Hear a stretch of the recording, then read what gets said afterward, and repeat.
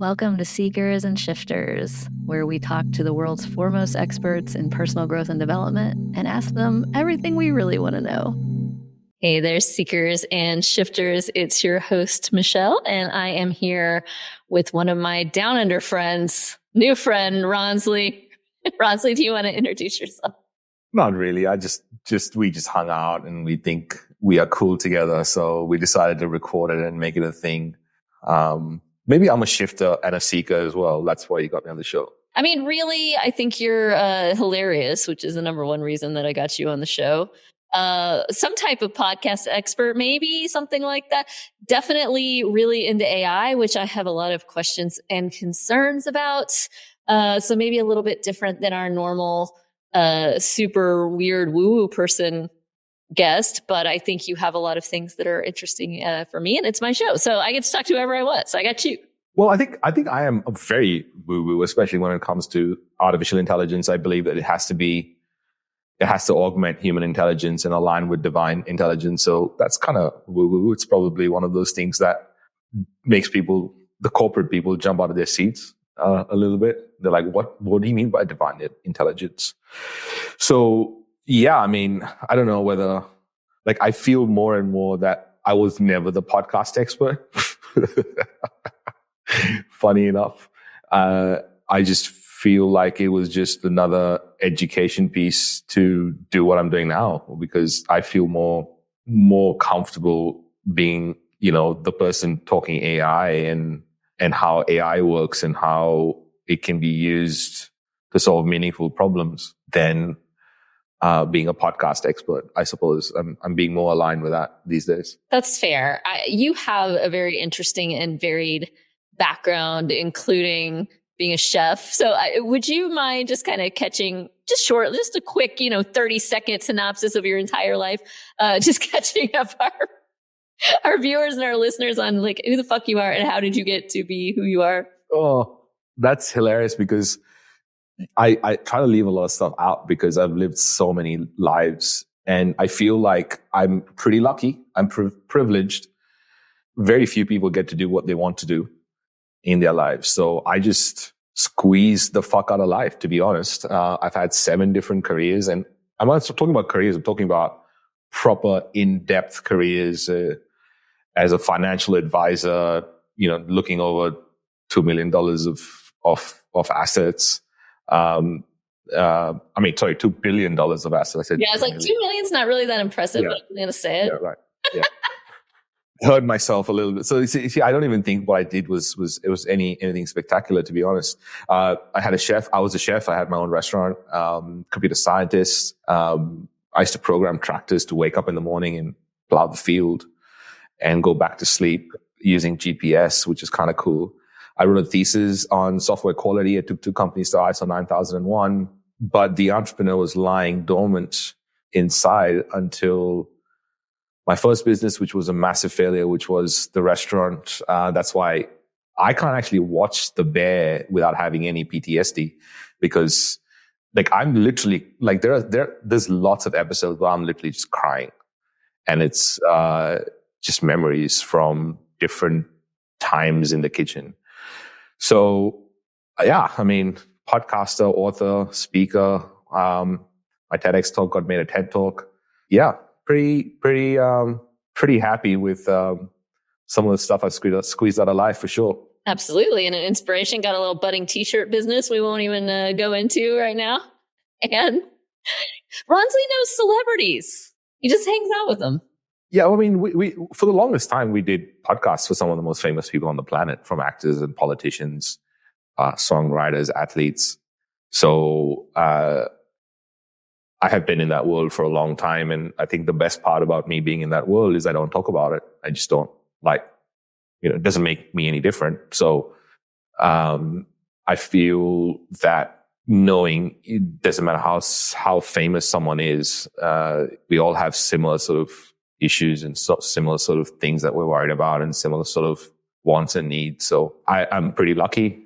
I got to hang out and have some pretty cool conversations with, I've done over 1,500 interviews. So I've met a lot of people, really in depth, and like really got a meet them and talk to them and find out what makes them tick, I suppose, and in that process, learn more about myself. Well, 100%. And it's, of course, in some ways, everybody puts on their pants one leg at a time and all that.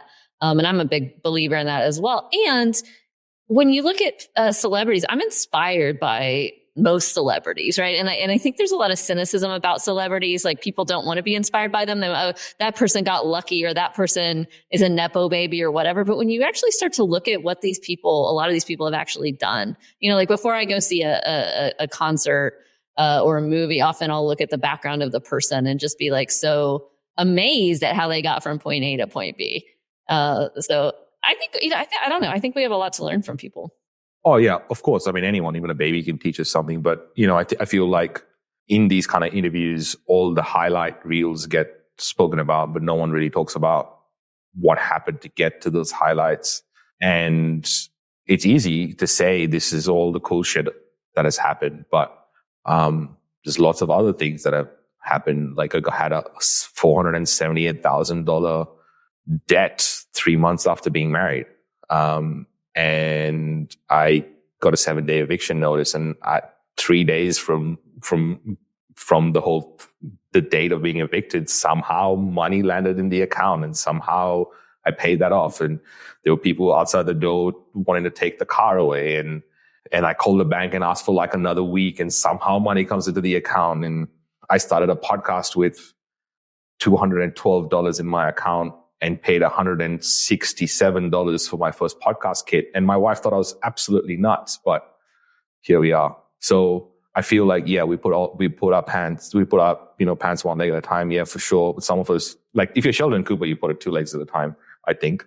But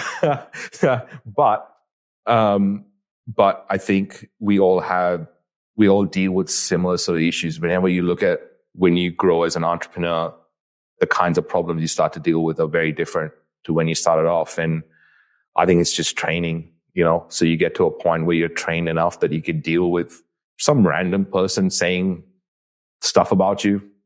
And everyone having an opinion on what they think is best for you and comparing it to every other person. So there's a lot of like really interesting, when you're talking about seekers and shifters, right? In terms of woo-woo, there's a lot of stuff we're so insecure about that we can't even hear another opinion. It's almost like you have to agree with me, otherwise I'll block you from Facebook, or I'll block you because I don't want to hear your opinion. And I think that's what's most maybe depressing for me. In currently, we've never been safer than we've ever been as a human race, but we've also never been as disconnected. So, considering all the connection that we have with, phones and internet and Wi-Fi and everything. So, I don't know how we got to this topic, but I feel like there's more to the conversation than, I suppose, my achievements, because I feel like for me, even to get close to that, there was a lot of things that I had to endure. People talk about, Amplify became $1 million company in 9 months. I'm like, yeah, but I've been waking up for like 12 years at 3:59 in the morning. It's the reps that count. And I think that is probably something that I feel very strongly about, is we need to realize that it's the reps that count. It's return on reps. You do your reps and you'll find the return. 100%. And you know what? It is those stories about being $478,000 in debt or having $212 in your bank account. I have similar stories. We've shared these stories. That's the inspiring part. It's not the accomplishment. It's what did you do to get to the accomplishment? Like if you talk about the celebrity thing, you like read Sylvester Stallone's history. It's like, it's insane. It's like, I think he sold his dog at one point. So like he literally sold his actual pet dog, right? Like to eat. It's like bottom of the barrel and then becomes Sylvester Stallone. Like that's the shit that's fascinating to me. It's like what people go through and who they become in the process. That's why I love entrepreneurship and training entrepreneurs and working with entrepreneurs. It's not because, yes, sometimes we get to make $1 million in 9 months and that's amazing, but that's just a reflection of a personal journey. It's like you said, it's like there's 12 years before that nobody sees it. So I read a quote one time that said it takes 20 years to become an overnight success. and actually there's lots of people that have come through my life and, in conversation and talk about learn from everyone. But when in 2013, I started the first podcasting conference in Australia, and I had never run an event for 3 people before, leave alone a conference. So that's a part of me which I don't know where I got from. Like, I will jump and figure out if I can swim, which is not normal, so in that regard, I think I've been blessed with that gift in some respects. So when I was going and doing that, I was very nervous, amongst other things, because I was scared that what if no one showed up? Not only would I have ruined my brand, but all these other partners that lent their credibility to me because they thought Ronsley was a nice guy, would also be in a similar position. So that was scaring me, and it was stopping me from even thinking straight. And I remember a mentor of mine at the time said to me something that I'll never forget. He's like, the goal is not as important as the person you become trying to attempt the goal. And that, like even now when I think about it, just like releases a whole bunch of stupid pressure that you put on yourself. So I think that those are the learnings that I remember more than anything else. And when I'm talking about the bear and the PTSD from watching episodes, even last night, Michelle, my wife, was like, don't you want to catch up on the bear? I'm like, dude, I can't just watch it as a, entertainment piece. This is a very emotional journey for me. And, there's a very cool part at the end of season 2 where he gets locked in this walk-in, and, the sous chef is supposed to take over, and everything stops. And I cried so much because I remember my initiation just like that. My head chef just walked out because he was like, you have to learn. This is the only way you're going to learn. And he walks out, and then I'm not exaggerating. 2 minutes later, a table of 12 and another table of 10 walked in, and I was alone in the kitchen, washing dishes, doing pans, plating, and doing everything. But 2 hours later, I was a chef. Even now, when I think about it, it's probably one of the coolest accomplishments to be able to know that I can multitask like that in my head and serve so many people. So, I'm just a sucker for learning, I think. And I like being kicked back and going, oh, you didn't get it yet? Well, I think you're going to learn some more. Whether that's life or it's business or it's anything else, I feel that's my addiction probably. I mean, same, right? And we can frame it as, well, being nerdy, or you could be like, I got to learn the hard way, or I got to be challenged. And there's something, to explore underneath why I need to be challenged.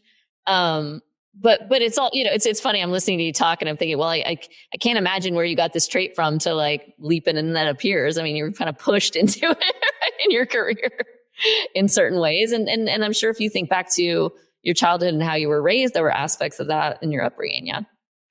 Well, I think it was always a bit different. I felt blessed from my first memories, to be honest, primarily because I could grasp things so easily. Like I could learn skills quickly, extremely quickly.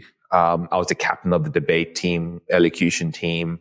I played, badminton, table tennis, basketball for the state. Football for the school, swam for the school, ran for the school. So I felt like life was just one big holiday for me in a lot of ways. Because like you're one of those annoying people. It's great at everything. I'm dating one of those people too, just like amazing at it. Like any random thing that comes up. He's like the other day, he was like, I could take you sailing. I was on the sailing team. I'm like, what? Like, we've been together for years and like just new stuff will come out. I was a chess champion and I was a champion golf. And I was like, what the fuck? And at some point with him, with me, with you, there, even when we've been great at a lot of things, there's a point in life where life just hands you your ass.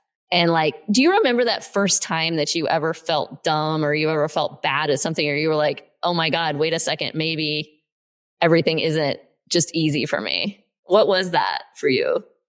Fitting in was that for me. That comes straight to mind.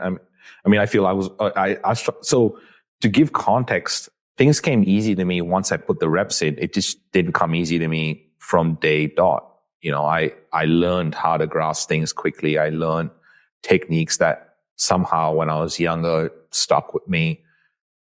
I was also very, very grateful that I had parents that my childhood was amazing. When after moving to Australia, I realized how great my childhood was, because I never met anyone divorced until I got to Australia, ever, which is crazy, right? So I never So my childhood, all I thought about was going to school, coming back, playing, eating, and staying alive. Really, that was all my parents cared about, to make sure this kid's alive, because he jumps off shit and, you know, he breaks stuff. And I've broken every sort of joint in my body at some point. I've been in a cast for 6 months on my left leg.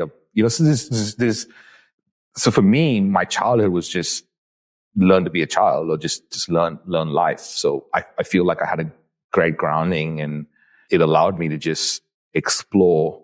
So when I wanted to do piano, my parents signed me up for piano. I did 3 years of Trinity College piano. When I wanted to play the guitar, they were like, okay, cool, go play the guitar. So I've DJed for like thousands of people. I've done some really, really cool stuff just because I was like, oh, that's interesting. Let me see if I can learn that skill. But I think everything is hard at the start. Everything, if you don't know how to do it, it's frustrating, but I love that frustration. For me, that frustration is, oh, cool, a new power I can pick up. And I feel all these skills are powers, like, you know, people think of superpowers. You know, for me, that's what I'm picking up.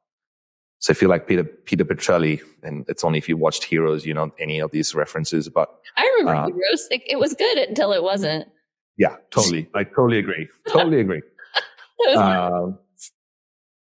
Totally agree. It was great until it wasn't. So Peter Petrelli, it's just I always, you know, through my life, I kind of related to Batman because he was the only person in the Justice League that didn't have powers. You know, he was just him.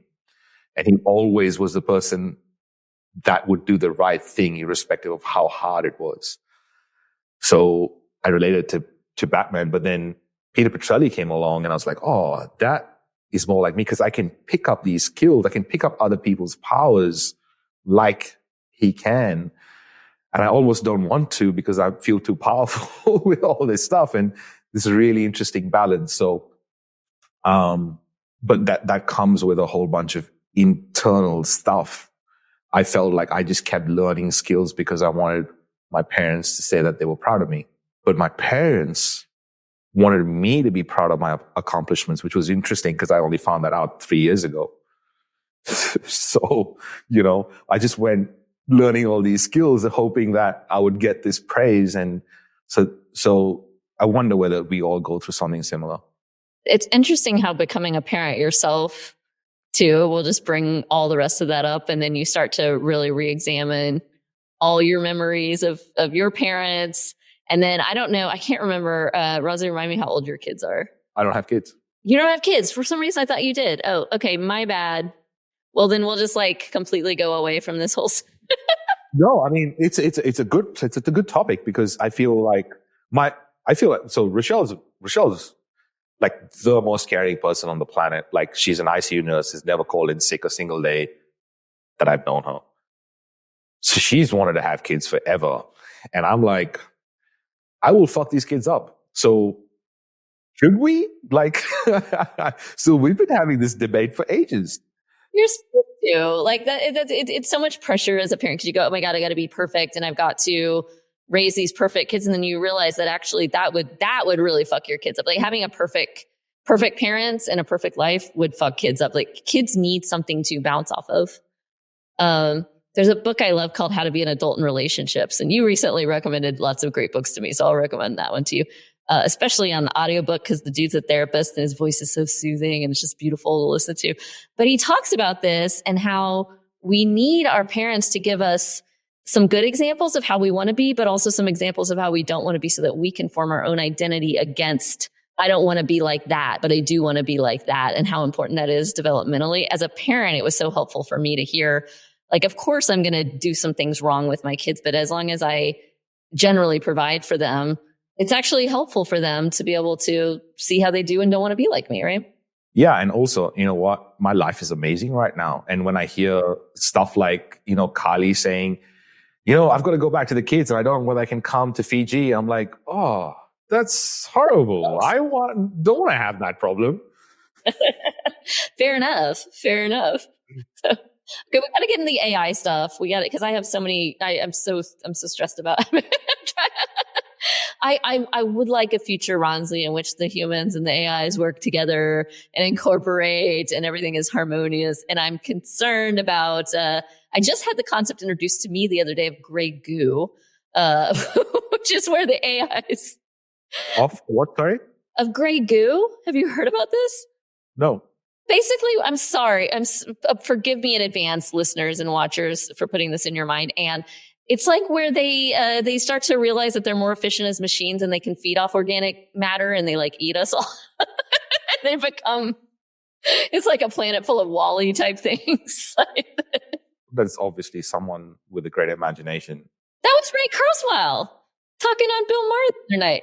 Yeah, but with a great imagination and a lot of wrong turns. So what that assumption is a lot of wrong turns.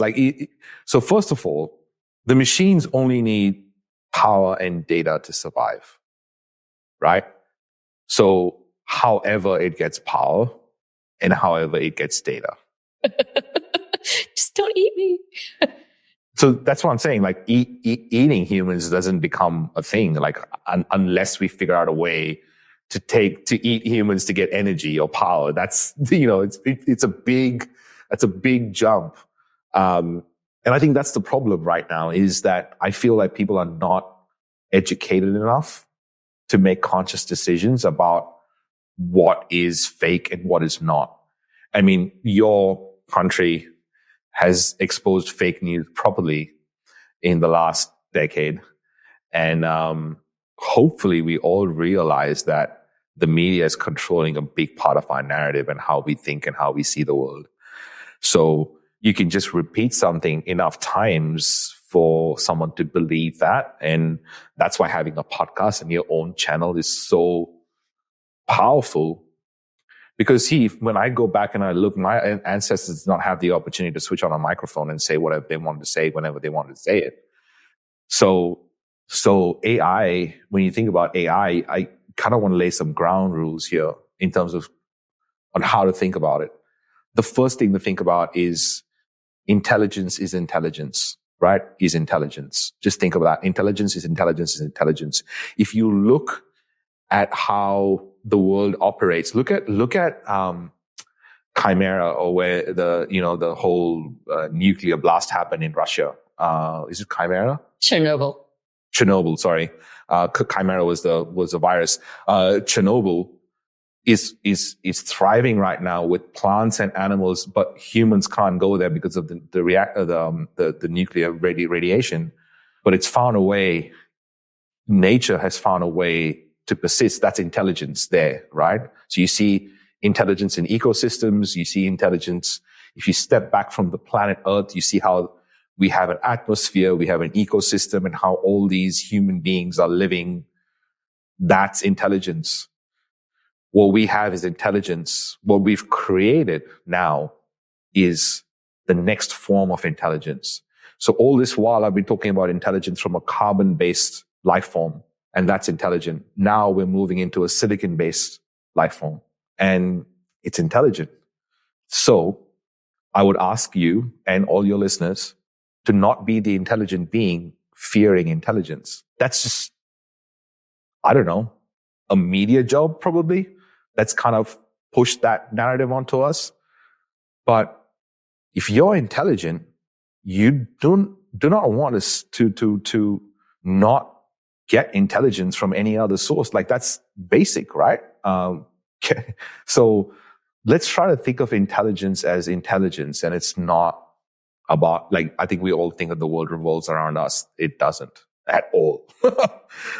In fact, we are the problem. If we remove ourselves from the planet, the amount of intelligence left would be insane, and how much life would thrive. So this is something that we need to have a conversation about. We need to be educated about to have the conversation, because you can't just talk rubbish without even knowing anything about it. It's like, a construction worker talking about medical advice without having any basis for that. So the reason for me having these conversations is I'd love people to get more into artificial intelligence, to understand what they're talking about, understand how it's doing its work. It's not search. It is intelligence. It's neural. It's based on our neurology, on our psychology. It's got long-term memory. It's got short-term memory.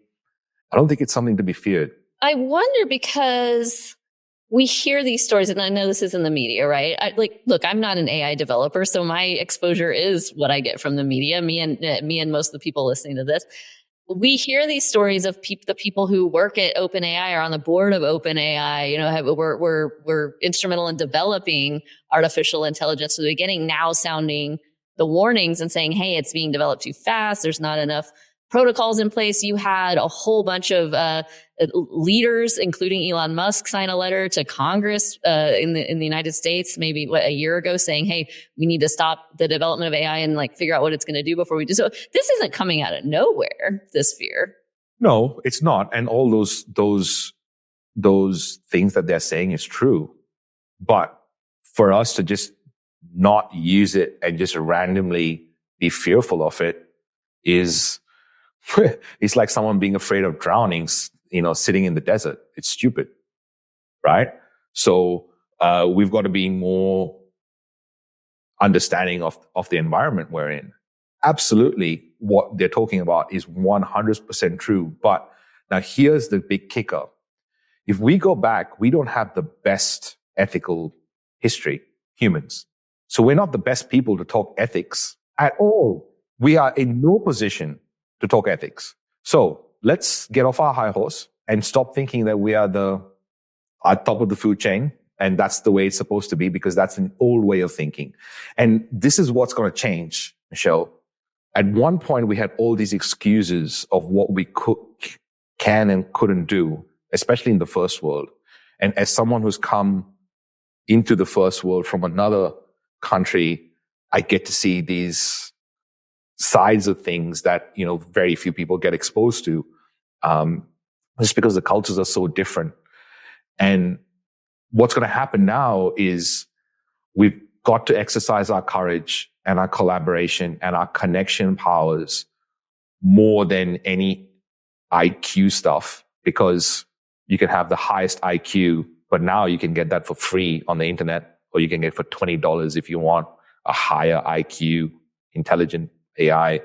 So it's not about IQ anymore. It's going to be all about EQ. I want to talk about how are we programming this, because we started to get into this when I first met you a little bit, but there's a couple of different ways this can go. But one of the ways that we hope that it goes is that we can start to program it or to influence it to have some of that EQ, or to be able to assist in the up-leveling of humanity. I think that's what you're getting at when you talk about, I actually am woo-woo. But can you tell us a little bit more about that and how that could possibly work, or the vision that you see? Yeah, absolutely. And I think it's the same piece that we were talking about earlier about the parenting piece.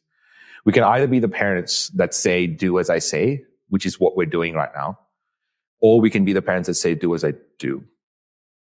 So rather than putting all this hate out, could we start to pull back and see this as we are parents and we have the opportunity to teach this new intelligent being how to be emotionally intelligent? And here's what everyone's thinking. Everyone's thinking that AI is not going to be empathetic or emotionally intelligent. And here's what I think is going to happen. We ourselves as humans have just understood emotional intelligence now, like probably 15 years in psychology, right? Our parents, if you went to our parents and said, I wanted to be present, they wouldn't know what the fuck we're talking about. Right? So we are still learning this. There's no way we are that competent that we can teach it to a new intelligent being yet.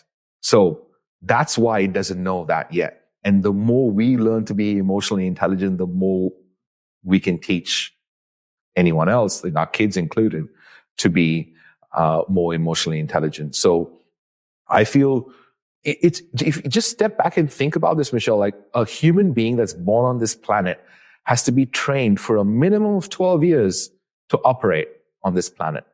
That's a bit weird, right? Because we're the only species that do that.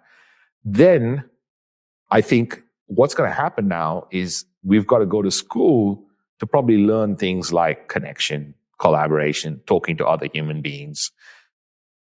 And as long as we can communicate what we want, we will have the machines to do all that heavy lifting of IQ stuff. Yeah. No, it's interesting because it's like, naturally, right? Humans don't cooperate in the millions or billions. Like naturally we cooperate in bands of, 100, 150 before they start to we start to break into warring tribes. And we see this with monkeys and things like this. This is what human beings were like. And then until we had the written language, until we had money, until we had certain tools, we could not collaborate as more and more people. When you think about it now, it's like the fact that, okay, well, there's 300 million something people in the United States and we're collaborating not perfectly, but pretty fucking well considering that we started out being able to collaborate in bands of 150 people. And now we got to function as a society in the world. We're functioning with billions of people. We haven't blown each other up yet, too much, right? But we're generally functioning. We're generally all surviving with this collective mission of human survival. It's really kind of fascinating, the fact that we're even able to do that and that we haven't all, destroyed each other. Well, it's interesting you're saying this because I'm just coming out with my new book in a couple of months, and a lot of the research for the book was interviewing Indigenous elders, because data is informing AI. And to your point, how do we keep this safe? If data is informing AI, all the data currently that we have is colonial wisdom. And colonial wisdom is, I have to conquer this place.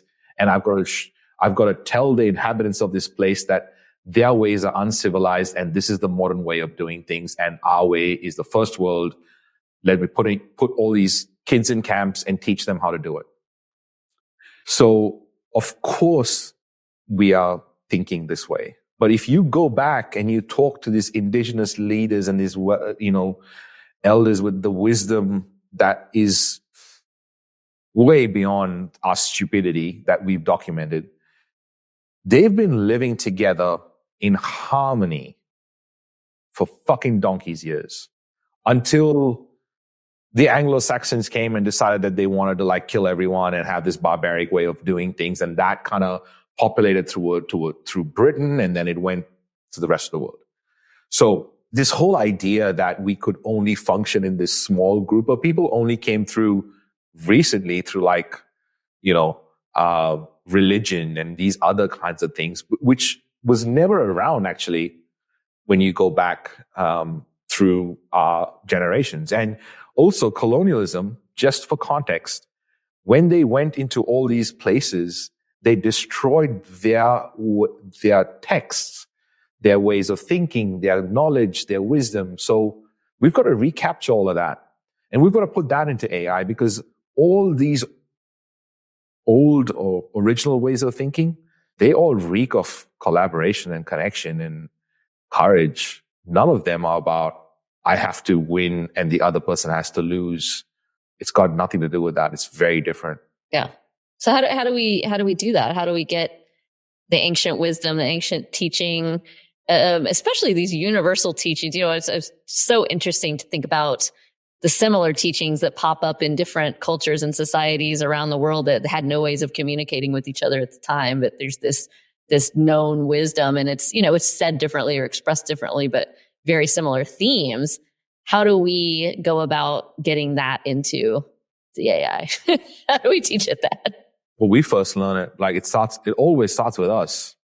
I think we all try to, point the finger at others and kind of go, they got to learn this and they got to do that. And it actually starts with us learning So I would suggest, if anyone is starting to get into AI, the first thing I would ask you to do is go back and learn from these old, ancient cultures who've known these secrets for ages.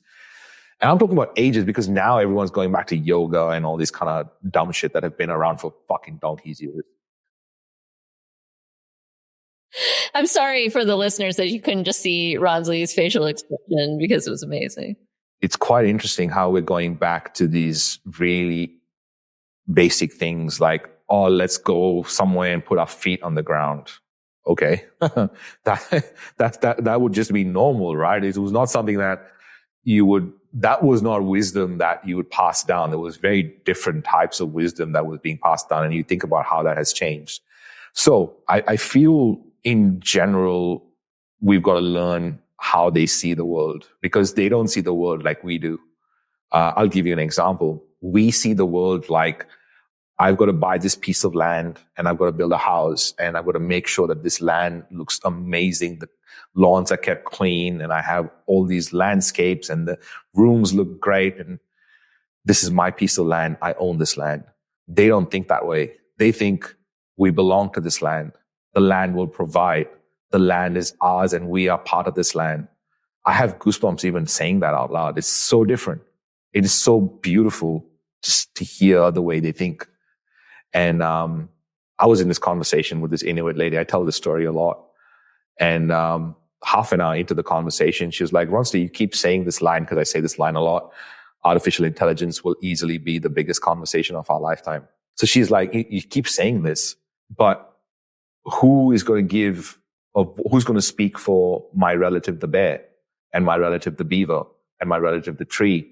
And I was like, had this crazy expression on my face. And she's like, you've never heard anyone speak like that, have you? I said, no. She's like, well, what is the point if we have voices, if we can't use our voices for the ones that don't? And that one line just blew my mind. That is wisdom that comes from one line. And we have to write this long 2,000-word post with H2 headers so that SEO gets picked up for us to put our content out there. That's crazy, right? I mean, we're being trained by marketers who want to sell shit. So how about we just step back and use our wisdom a little bit and use our intelligence a little bit and not just kind of nod our heads and kind of go, okay, this is what's being said, so it must be true. Absolutely. And the right message is cut through and always will. That's the idea. And that's a beautiful place to end. Let's end on that. The right messages will come through. They will cut through and we're going to be okay. The land is going to take care of us. The earth is going to provide for us and we're going to provide for ourselves and for each other, right? Well, I think it starts with us, right? If we just kind of go, if we can do this right now, for example, just use AI to augment our weaknesses. Let's not start to compare. Let's not say, I'm a great copywriter. Let me see if AI can write like me. Don't. You must be a shitty project manager. Get AI to do that. Yes, there's no need to compare. Just augment. You're not good with something. Use AI to do that for you. You're not good with planning. You're not good. If you're not good with getting gifts for your partner, use AI for that. I think now is the time to sort of augment what we can't do. So that's why I think rather than not do anything and rather than only worry about doomsday cases, let's start to realize that we've got weaknesses and they can be augmented with artificial intelligence right now. And we're not all that powerful as we think we are. I love it. It's awesome.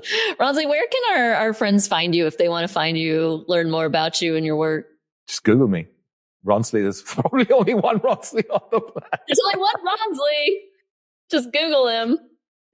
Him and all the celebrity pals will pop up. It'll be fascinating for you.